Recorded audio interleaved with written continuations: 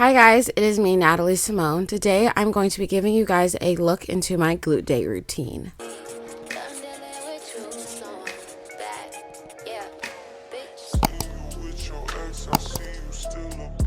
So today I thought that I would give you guys a glute day routine just because I feel like on my body my glutes don't necessarily lack, and I feel like I can give you guys some great bodybuilding exercises to glow your glutes.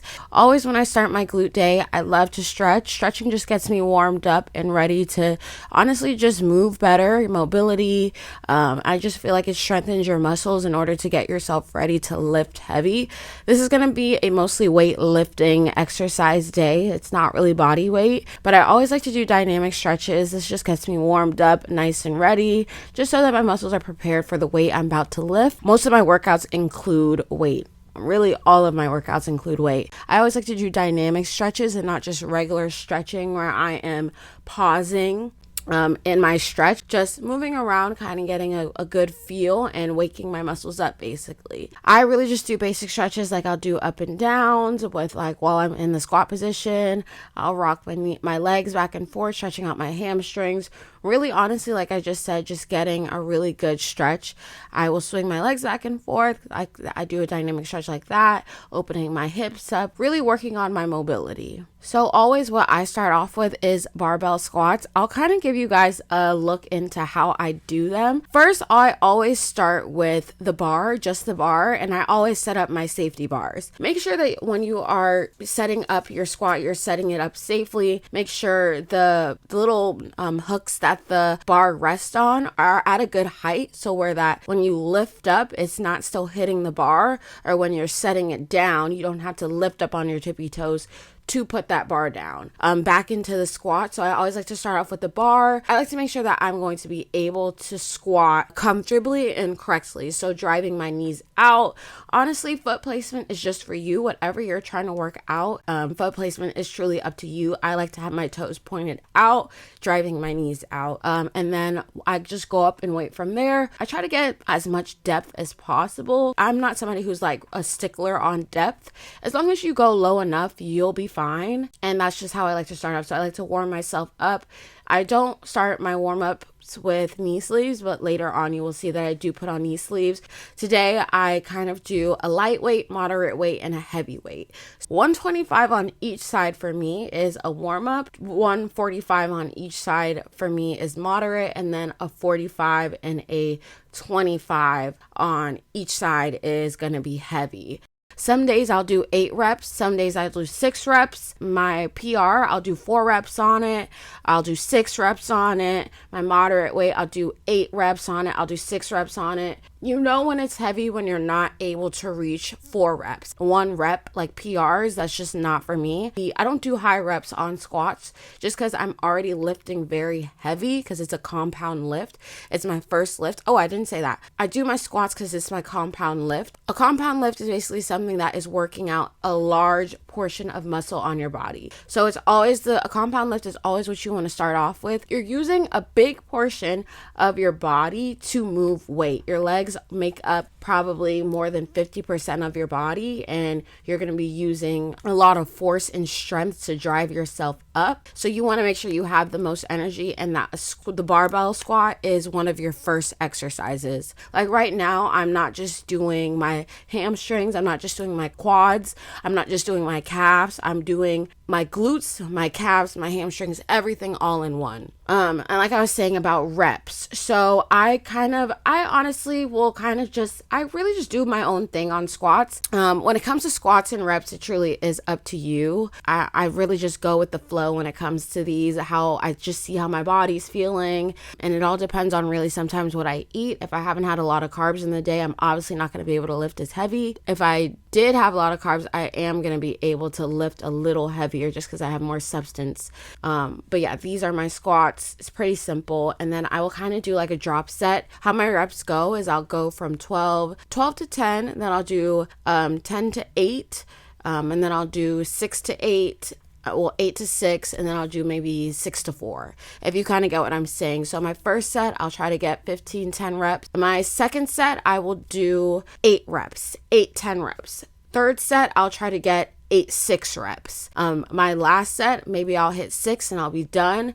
Or if the weight is feeling a little heavy, even on my last set of me doing my like 8 to 6, 6 to 4 reps, I will go on to lighten the weight till failure. So I'll do, say, 145 on each side is my moderate weight. So I'll try to do till failure with that weight. Next workout is my RDLs. RDLs are my favorite exercise, honestly, when it comes to like the bar, like the squat rack. RDLs are hard to get. Honestly, I'm going to be real. RDLs are still something I struggle with. Sometimes I feel like I'm about to fall over when I do RDLs. But the trick with RDLs is just to go slow and controlled. And it is honestly to be in your mind. Don't think about your gym crush. Don't think about what Sally is doing in the next squat rack. Don't think about anybody else. RDLs is truly an exercise that you have to be locked in. You want to make sure that your chin is down, you're feeling that stretch in your hamstrings, and you're going up when you feel the stretch in your hamstrings is done. You're not lowering your back. The thing is with RDLs, there's so much things you have to pay attention to. You want to make sure your mind is clear and you are following through. I like to be in my mind, so I'm thinking about the stretch, I'm thinking about my neck, and I'm thinking about my back. And I'm also bracing. That's why I say it's one of those exercises you have to be locked in. It's a hard exercise to learn and get. RDLs have always been a struggle for me, and I know they're a struggle for a lot of people, but you literally just have to be locked in. Do not be scared of going up in weight on them. Just keep that same repetition in your head. Like, it's literally like a glute bridge or a hip hinging movement. So it's like a hip thrust just standing up. That's what I like to think about it. Next is one of my favorite exercises, and I literally think it is the key to having a flat little gluteus maximus. I think that this is the key to having just growing your butt. Like, I think it's literally the secret sauce and the key. But I want to say I hate and I will never set up. I'm sorry if I'm so loud. I hate and I will never set up a barbell hip thrust. I don't care if this machine is cheating. I don't care what it is. It's obviously working for me, so I'm not going anywhere. With this, I start with moderate weight. So I'll start with 145 on each side. I really got to learn the calculations of this stuff. I'll try to do till failure with that weight. 135 plate on each side. I hope I'm not confusing you guys with this 135 and 145. When I say 135 on each side, I mean the plate. Yeah, like guys, I was never good at math, so you hear the lingo, just hear the lingo, okay? You get what I mean. So 145 on each side, that's my warm-up weight. What I'm doing is I'm literally keeping my head straight. So I'm looking at the wall, keeping my head straight. I'm not tilting my head, keeping contact with the wall and driving my hips up, but keeping it at the top. You can also do calf glute bridges where you kind of pulse with it. That is also a really good kind of superset, or if you just want to do that, you can. I love the hip thrust machine. Like I said, I truly think it is the key to building a fat ass. Sorry, it is. I just think it's a secret sauce. But I'm always doing a pyramid set. So my lightweight is 145 on each side. And then my heavyweight is going to be 345s on each side. And that is when I will try to get 6 reps of that, because that's on my lower set. And I really only do 3 sets of those because it's a heavy hitting workout, especially if you go heavy on it. Hip thrust hurt me. I love hip thrust, but honestly, I think, like I said, I think it's the key to building a fat ass, but it hurt. Next, I do another hip hinging movement. You don't really need too many hip hinging movements in your glute day. I feel like they help me a lot and I love them, but you don't have to do them. I say really 5 exercises does the glute day well for me. If you want to do more, you can. If you want to do less and do 4, you can. I say you always should have a compound lift, 1 hip hinging lift, and then 2 accessory lifts. You call it like a lower back extension or a lower glute extension. I will definitely have the title here, but I like to do this. This is also a hip hinging movement. It's kind of pretty self-explanatory. What I do is I have a dumbbell. You can also use a long barbell or even a kettlebell, and you are just lifting yourself up with your hips. just your hips. You're just lifting yourself up and you're kind of curling your back. You can't really tell in this because I'm using heavy weight, but I am not going, you'll see lower back extensions where they go up straight. The whole time in this, you want to be curling your back so that you really are hitting your glutes. So I like to do this, and I kind of, like I said, it's always a pyramid set with me. So I'm always going up in weight. Weight is the key to building muscle. All right. This is another one of my favorite exercises that I'd be wanting to maybe crawl under a rock after I do it. This is a goblet squat. So I go pretty heavy on this. I forgot what weight I started out with, but it's always a pyramid set. But what I'm doing is I have elevated a goblet squat. This is more not so just working my glutes, but kind of my quads as well. So I will just do a normal squat, kind of like knees a lot. It's not a sumo squat, so my knees are a lot more closer together, putting the force on my heels to drive myself up so that my heels are keeping my stability. I'm driving up through my heels. And then after I do this, I go right into a sumo squat. Sometimes I'll do a full range of motion, and then sometimes I'll do pulses. Really, this stuff hurts. So honestly, do what you could do. I never could do like a full rep range of it. Like I'll be like, oh, I'm going to do 12. I can't. Be afraid of her because she's a lot, but this is my only superset in this workout, and it sucks. I only do 3 sets of it, and every time I'm winded and I need a break. It literally sucks. Like, kudos to this workout because it sucks. I go with it. At least I try to. Next one. Give it up a round of applause for this psychopath. Bulgarians on them. I really just started doing Bulgarians again. I was never really a big fan of Bulgarians. I think Bulgarians are cool. They're a good accessory lift. I really started doing it after my coworker was like, Natalie, you have to do Bulgarians. Like, they are, because I told her that I think that hip thrusts are the key to a juicy glute, but she told me, no, Natalie, Bulgarians are tea. Like, they are it when it comes to a juicy glute. Like, you have to do them like this. So I've been doing Bulgarians ever since, but Bulgarians is an accessory lift, so that is why it's one of the later exercises. I'm doing each leg, and what I'm doing is I set up a plate in front of me. You can't see it, but I do. And it was my marker to where I am going to be lifting from. And honestly, when I'm doing a Bulgarian, what my friend told me is that I kind of want to be kind of like I'm falling forward and I'm going down at an angle.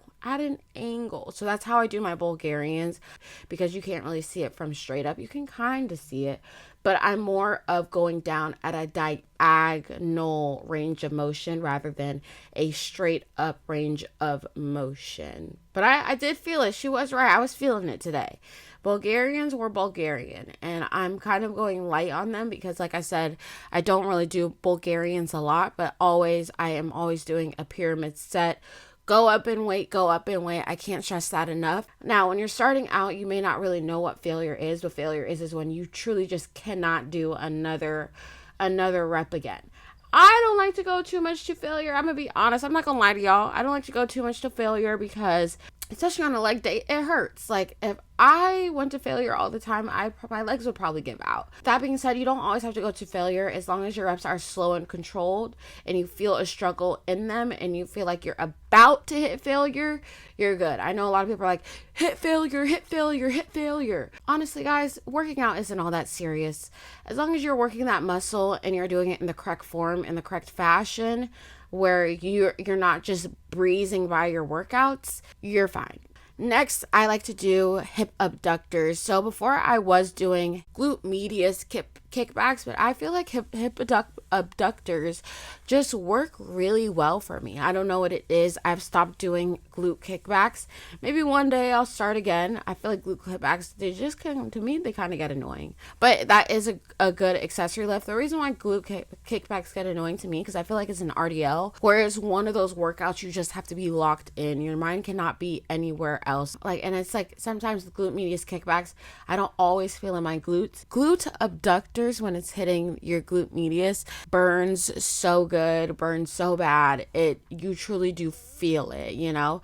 I love abductors. I start really close in. Sometimes I'll pulse it, sometimes I'll do a pause rep, like I said though, but I'm always going up in weight. I also want to talk about time over tension when it comes to working out. It's just time over tension. So you know, when you're doing an abductor and you're opening your legs, it's kind of like a pause rep. So time over tension is like a pause rep, basically. Time over tension is super important, especially if you're not going up too high in weight. Time over tension is key because it'll train your muscles to grow. Time over tension is a great way to strengthen your muscles when you are not going up too high in weight. But even if you are, it's a great way to strengthen them. So time over tension just basically means a pause rep that your muscle is at not at a strain, is kind of like at its peak. So time over tension is a really good idea if you're not a big fan of going too high in weight. It is teaching your body to grow its strength, just grow in general. So yes, glute abductors are my last workout. And then obviously the workout is done. We are over it. I will put up the workout here, show you guys exactly what we did. You can obviously tweak it and change it to work best for you. And then obviously we have to get in some pictures for the IG Instagram. Follow me on Instagram at Natalie Simone. I just started my fitness page and I'm really excited about it. I'm going to be keeping up with the posting, and I am literally just about to post a TikTok video also at Natalie Simone. But yes, this was my video. I truly hope you guys enjoyed and you guys use some of my tips in order to grow your glutes, because look at my little juicy glutes. Ooh. Ooh. But yes, hope you guys have a lovely day, night, wherever you are in. Stay tuned for the next video and more workout routines and tips. I am on my own now. I am in control now.